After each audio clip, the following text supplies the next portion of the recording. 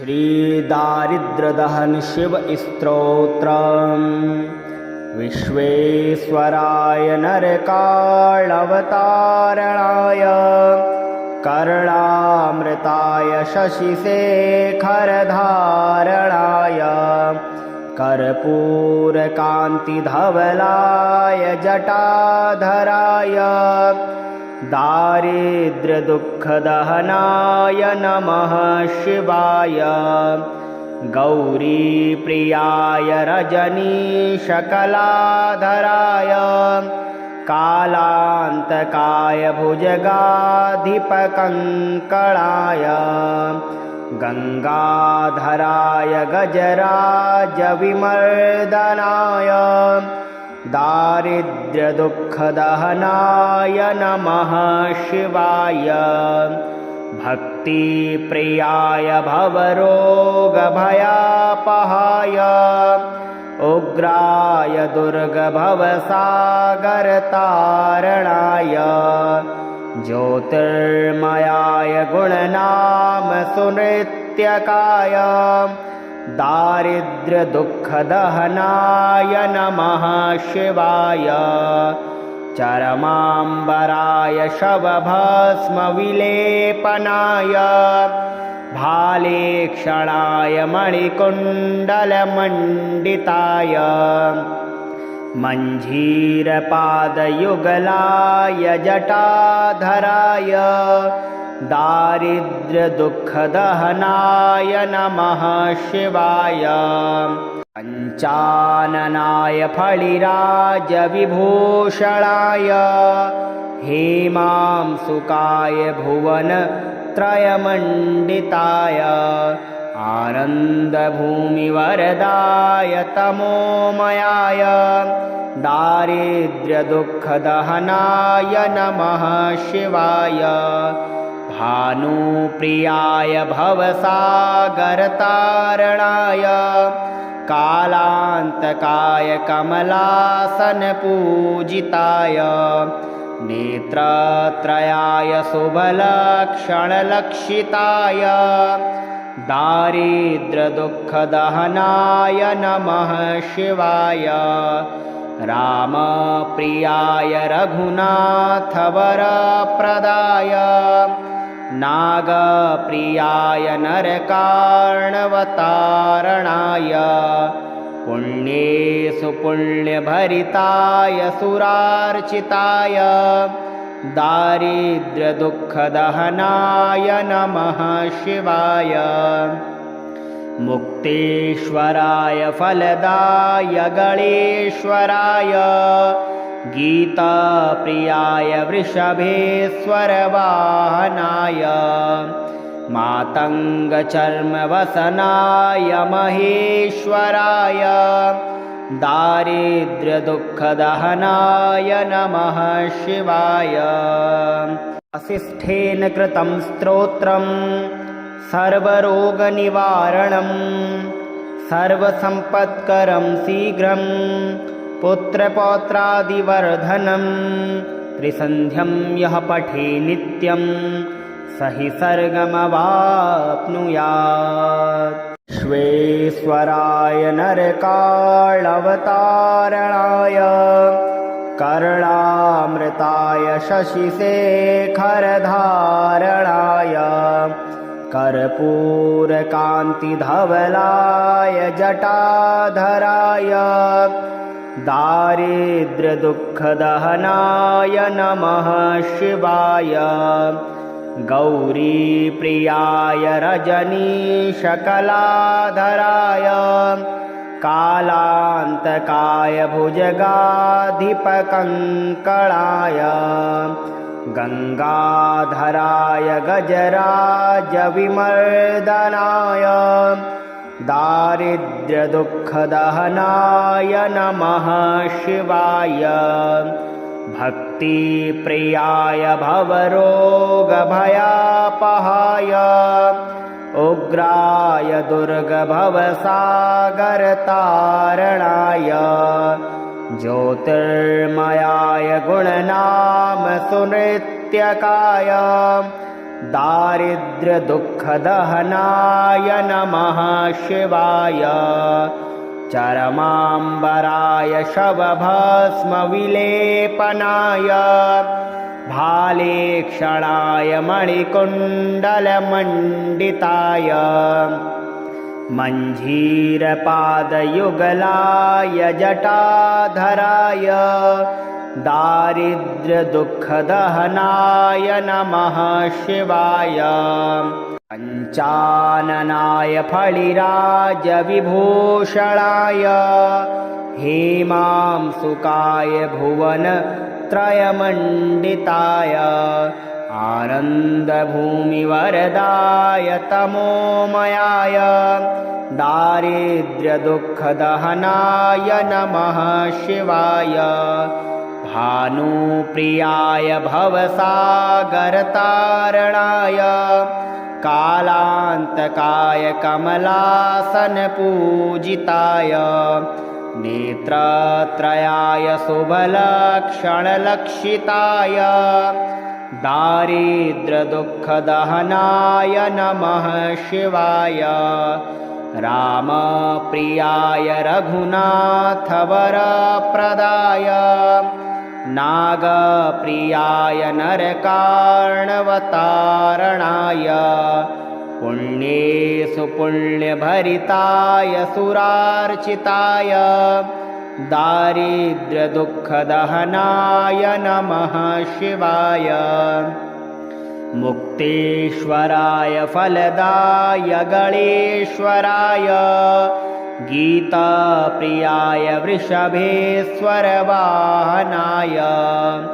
मातङ्गचर्मवसनाय महेश्वराय दारिद्र्यदुःखदहनाय नमः शिवाय वसिष्ठेन कृतं स्तोत्रम् सर्वरोगनिवारणं सर्वसम्पत्करं शीघ्रं पुत्रपौत्रादिवर्धनं त्रिसन्ध्यं यः पठे नित्यं स हि सर्गमवाप्नुयात्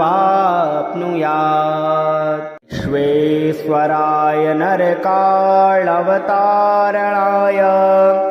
कर्णामृताय शशिशेखरधारणाय कर्पूरकान्तिधवलाय जटाधराय दारिद्र्यदुःखदहनाय नमः शिवाय गौरीप्रियाय रजनीशकलाधराय कालान्तकाय भुजगाधिपकङ्कणाय गङ्गाधराय गजराजविमर्दनाय दारिद्र्यदुःखदहनाय नमः शिवाय भक्तिप्रियाय भवरोगभयापहाय उग्राय दुर्गभवसागरतारणाय ज्योतिर्मयाय गुणनामसुनृत्यकाय दारिद्र्यदुःखदहनाय नमः शिवाय चरमाम्बराय शवभस्मविलेपनाय भालेक्षणाय मणिकुण्डलमण्डिताय मञ्जीरपादयुगलाय जटाधराय दारिद्र्यदुःखदहनाय नमः शिवाय पञ्चाननाय फणिराजविभूषणाय हेमांसुकाय भुवनत्रयमण्डिताय आनन्दभूमिवरदाय तमोमयाय दारिद्र्यदुःखदहनाय नमः शिवाय भानुप्रियाय भवसागरतारणाय कालान्तकाय कमलासनपूजिताय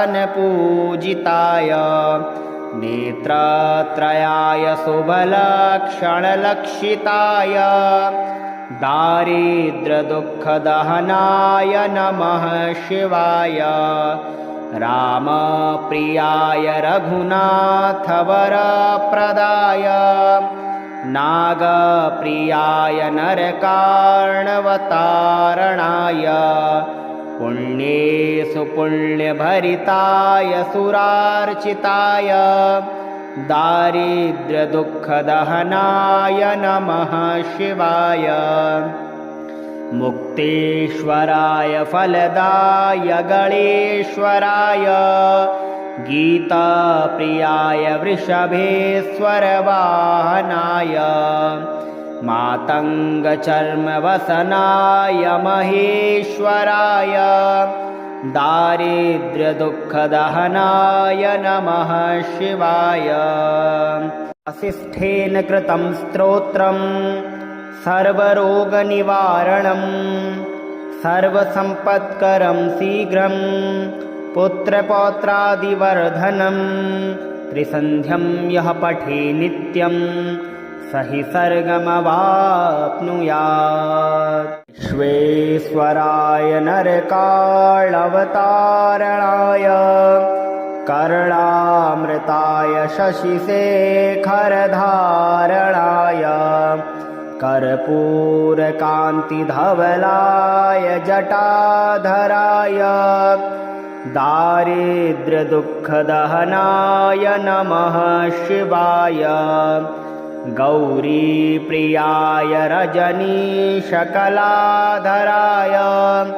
कालान्तकाय भुजगाधिपकङ्कणाय गंगाधराय गजराजविमर्दनाय दारिद्र्यदुःखदहनाय नमः शिवाय। भक्तिप्रियाय भवरोगभयापहाय उग्राय दुर्गभवसागरतारणाय ज्योतिर्मयाय गुणनाम सुनृत्यकाय दारिद्र्यदुःखदहनाय नमः शिवाय। चरमाम्बराय शवभस्मविलेपनाय भालेक्षणाय मणिकुण्डलमण्डिताय मञ्जीरपादयुगलाय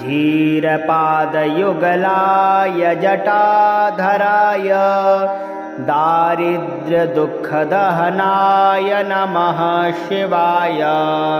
पञ्चाननाय फणिराजविभूषणाय हेमांसुकाय भुवनत्रयमण्डिताय आनन्दभूमिवरदाय तमोमयाय दारिद्र्यदुःखदहनाय नमः शिवाय। भानुप्रियाय भवसागरतारणाय कालान्तकाय कमलासनपूजिताय नेत्रत्रयाय शुभलक्षणलक्षिताय दारिद्र्यदुःखदहनाय नमः शिवाय। रामप्रियाय रघुनाथवरप्रदाय नागप्रियाय नरकार्णवतारणाय पुण्येषु पुण्यभरिताय सुरार्चिताय दारिद्र्यदुःखदहनाय नमः शिवाय। मुक्तेश्वराय फलदाय गणेश्वराय गीताप्रियाय वृषभेश्वरवाहनाय मातङ्गचर्मवसनाय महेश्वराय दारिद्र्यदुःखदहनाय नमः शिवाय। वसिष्ठेन कृतं स्तोत्रम् सर्वरोगनिवारणं सर्वसम्पत्करं शीघ्रं पुत्रपौत्रादिवर्धनं त्रिसन्ध्यं यः पठे नित्यं स हि स्वर्गमवाप्नुयात्। विश्वेश्वराय नरकाळवतारणाय कर्णामृताय शशिशेखरधारणाय कर्पूरकान्तिधवलाय जटाधराय दारिद्र्यदुःखदहनाय नमः शिवाय गौरीप्रियाय रजनीशकलाधराय कालान्तकाय भुजगाधिपकङ्कणाय गङ्गाधराय गजराजविमर्दनाय दारिद्र्यदुःखदहनाय नमः शिवाय भक्तिप्रियाय भवरोगभयापहाय उग्राय दुर्गभवसागरतारणाय ज्योतिर्मयाय गुणनामसुनृत्यकाय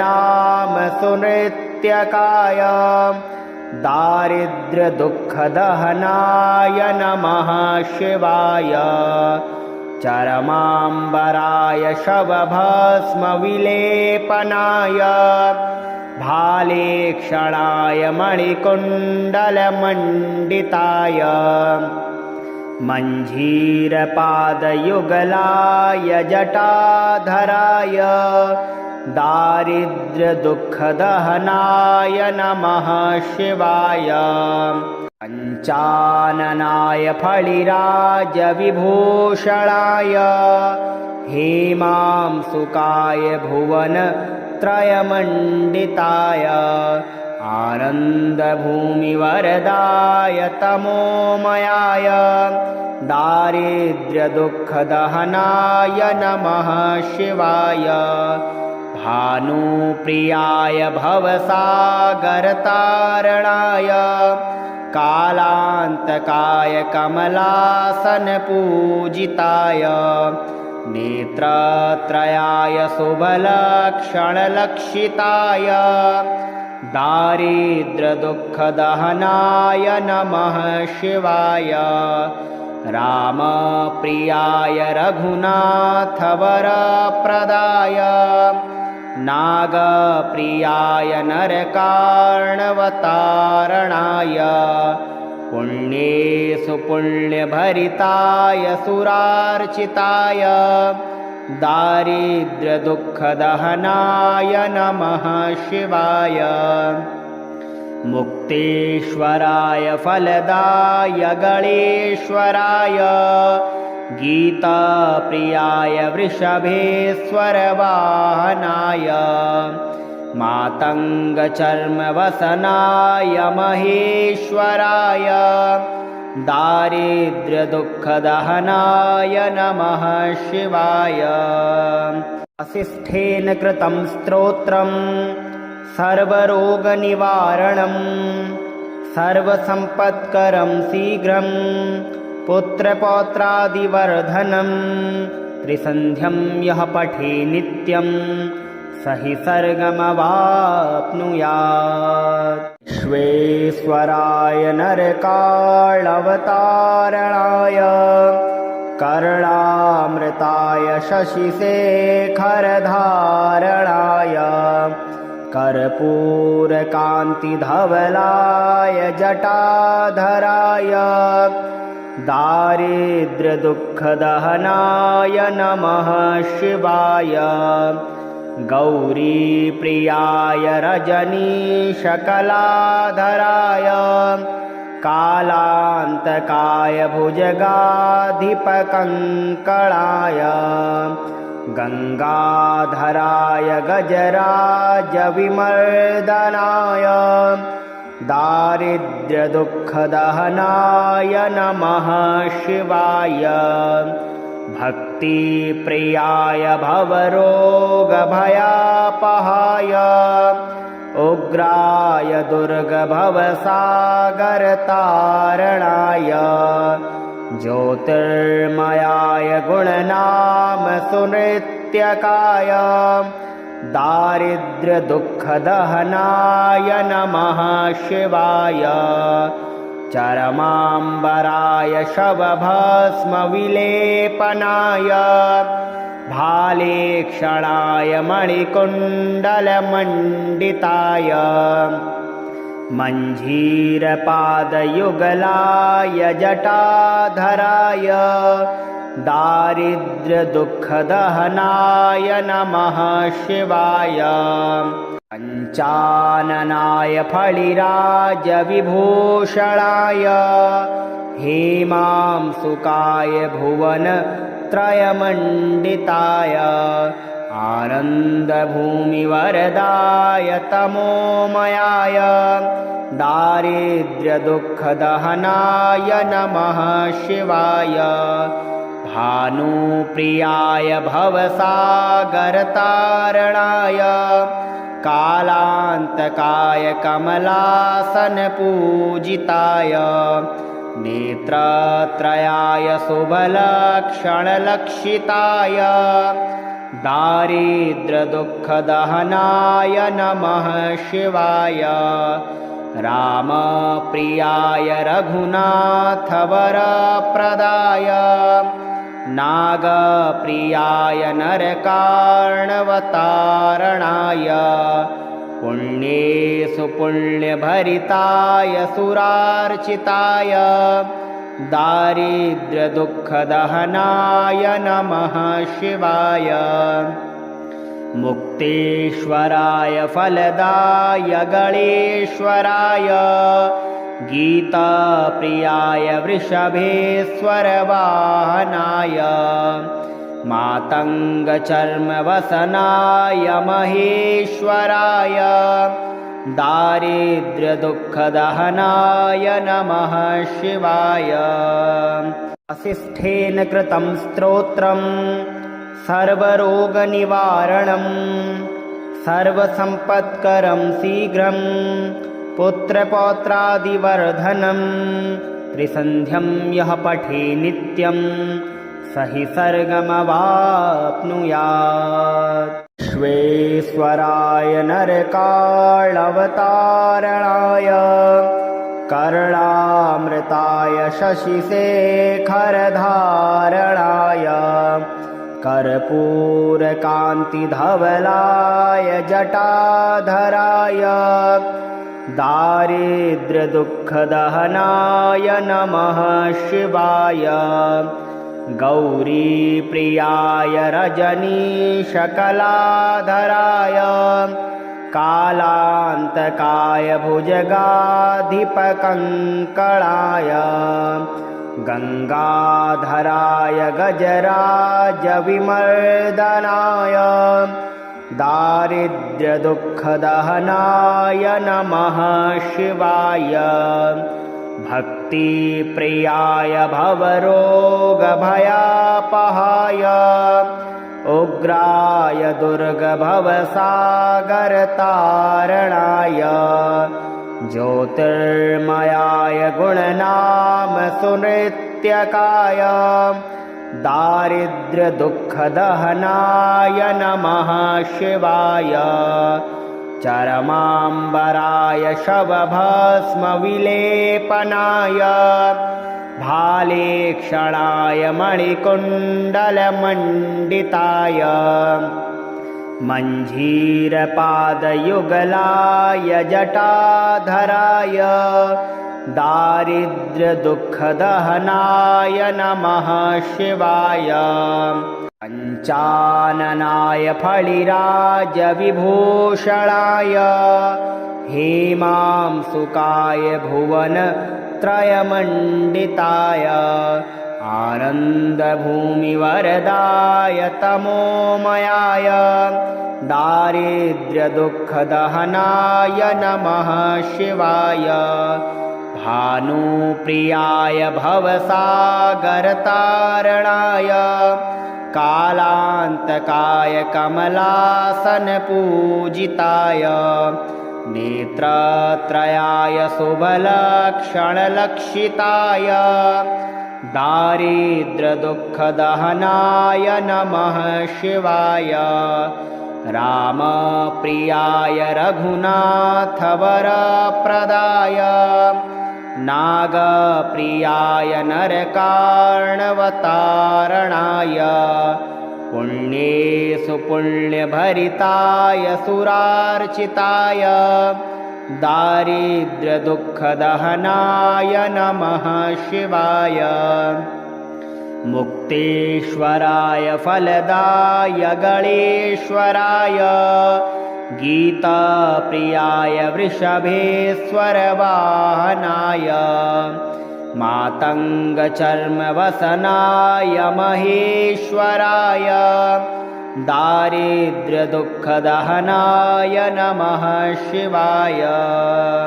वसिष्ठेन कृतं स्तोत्रम् सर्वरोगनिवारणं सर्वसम्पत्करं शीघ्रं पुत्रपौत्रादिवर्धनं त्रिसन्ध्यं यः पठे नित्यं स हि स्वर्गमवाप्नुयात्। विश्वेश्वराय नरकाळवतारणाय कर्णामृताय शशिशेखरधारणाय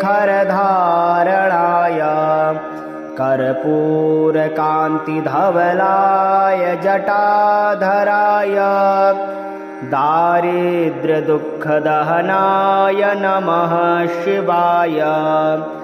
गौरीप्रियाय रजनीशकलाधराय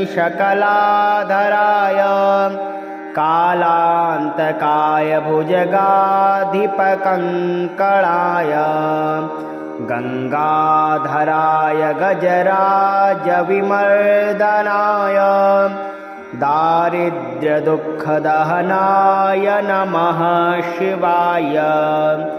भक्तिप्रियाय भवरोगभयापहाय उग्राय दुर्गभवसागरतारणाय ज्योतिर्मयाय गुणनाम सुनृत्यकाय दारिद्र्यदुःखदहनाय नमः शिवाय। चरमाम्बराय शवभस्मविलेपनाय भालेक्षणाय मणिकुण्डलमण्डिताय मञ्जीरपादयुगलाय जटाधराय दारिद्र्यदुःखदहनाय नमः शिवाय। पञ्चाननाय फणिराजविभूषणाय हेमांसुकाय भुवनत्रयमण्डिताय आनन्दभूमिवरदाय तमोमयाय दारिद्र्यदुःखदहनाय नमः शिवाय। भानुप्रियाय भवसागरतारणाय कालान्तकाय कमलासनपूजिताय नेत्रत्रयाय शुभलक्षणलक्षिताय दारिद्र्यदुःखदहनाय नमः शिवाय। रामप्रियाय रघुनाथवरप्रदाय नागप्रियाय नरकार्णवतारणाय पुण्येषु पुण्यभरिताय सुरार्चिताय दारिद्र्यदुःखदहनाय नमः शिवाय। मुक्तेश्वराय फलदाय गणेश्वराय गीताप्रियाय वृषभेश्वरवाहनाय मातङ्गचर्मवसनाय महेश्वराय दारिद्र्यदुःखदहनाय नमः शिवाय। वसिष्ठेन कृतं स्तोत्रम् सर्वरोगनिवारणं सर्वसम्पत्करं शीघ्रं पुत्रपौत्रादिवर्धनं त्रिसन्ध्यं यः पठे नित्यं स हि स्वर्गमवाप्नुयात्। विश्वेश्वराय नरकाळवतारणाय कर्णामृताय शशिशेखरधारणाय कर्पूरकान्तिधवलाय जटाधराय दारिद्र्यदुःखदहनाय नमः शिवाय गौरीप्रियाय रजनीशकलाधराय कालान्तकाय भुजगाधिपकङ्कणाय गङ्गाधराय गजराजविमर्दनाय दारिद्र्यदुःखदहनाय नमः शिवाय भक्तिप्रियाय भवरोगभयापहाय उग्राय दुर्गभवसागरतारणाय ज्योतिर्मयाय गुणनाम सुनृत्यकाय दारिद्र्यदुःखदहनाय नमः शिवाय चरमाम्बराय शवभस्मविलेपनाय भालेक्षणाय मणिकुण्डलमण्डिताय मञ्जीरपादयुगलाय जटाधराय दारिद्र्यदुःखदहनाय नमः शिवाय पञ्चाननाय फणिराजविभूषणाय हेमांसुकाय भुवनत्रयमण्डिताय आनन्दभूमिवरदाय तमोमयाय दारिद्र्यदुःखदहनाय नमः शिवाय भानुप्रियाय भवसागरतारणाय कालान्तकाय कमलासनपूजिताय नेत्रत्रयाय शुभलक्षणलक्षिताय दारिद्र्यदुःखदहनाय नमः शिवाय रामप्रियाय रघुनाथवरप्रदाय नागप्रियाय नरकार्णवतारणाय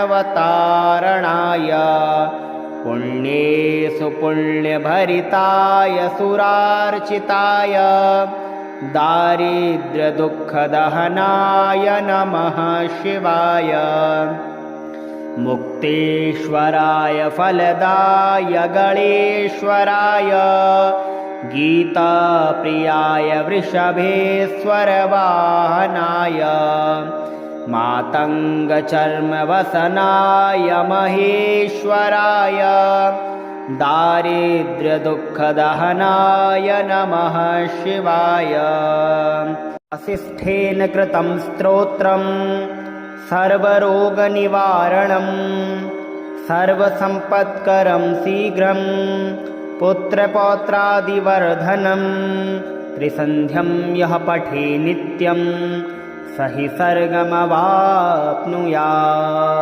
विश्वेश्वराय नरकाळवतारणाय कर्णामृताय शशिशेखरधारणाय कर्पूरकान्तिधवलाय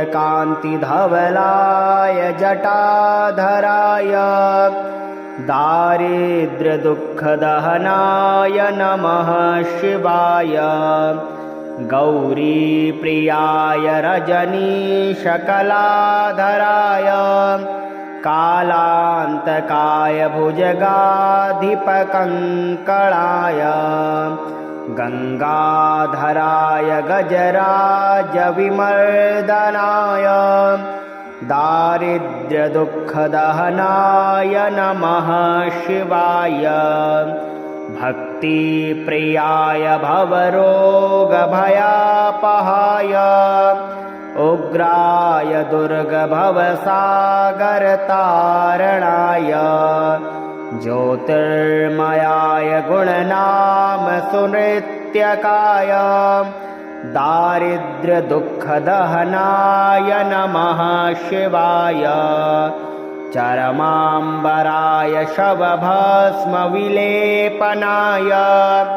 भालेक्षणाय मणिकुण्डलमण्डिताय मञ्जीरपादयुगलाय जटाधराय दारिद्र्यदुःखदहनाय नमः शिवाय पञ्चाननाय फलिराजविभूषणाय हेमांसुकाय भुवनत्रयमण्डिताय आनन्दभूमिवरदाय तमोमयाय दारिद्र्यदुःखदहनाय नमः शिवाय भानुप्रियाय भवसागरतारणाय कालान्तकाय कमलासनपूजिताय नेत्रत्रयाय शुभलक्षणलक्षिताय दारिद्र्यदुःखदहनाय नमः शिवाय रामप्रियाय रघुनाथवरप्रदाय नागप्रियाय नरकार्णवतारणाय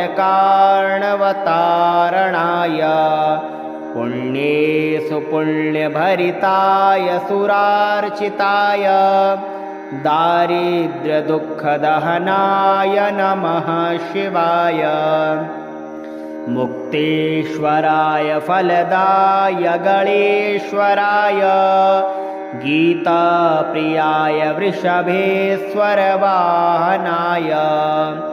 मातङ्गचर्मवसनाय महेश्वराय दारिद्र्यदुःखदहनाय नमः शिवाय वसिष्ठेन कृतं स्तोत्रम् सर्वरोगनिवारणं सर्वसम्पत्करं शीघ्रं पुत्रपौत्रादिवर्धनं त्रिसन्ध्यं यः पठे नित्यं स हि स्वर्गमवाप्नुयात्।